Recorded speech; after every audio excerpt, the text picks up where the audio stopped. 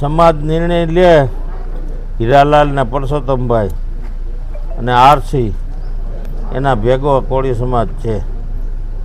અમારાથી વડીલ છે ને અમારાથી વડીલ રહે. હવે એ નિર્ણય લે પછી એનાથી અમારે નિર્ણય લેવાતો નથી. એને લાગ્યું છે વધારે પડતું. એ બારોબાર લઈ ગયા હતા ને બહુ માર્યો છે. અને એ ત્રાસવાદી કહેવાય, ગમે એ જ્ઞાતિનો હોય. આમાં જ્ઞાતિ લાગુ પડતી નથી. કોળી સમાજમાં હોય ને આયર સમાજમાં હોય, બધાયમાં સમાજમાં હોય છે. હવે એમાં બીજાને તો અમે કાંઈ વાંક કાઢીએ એમ નથી.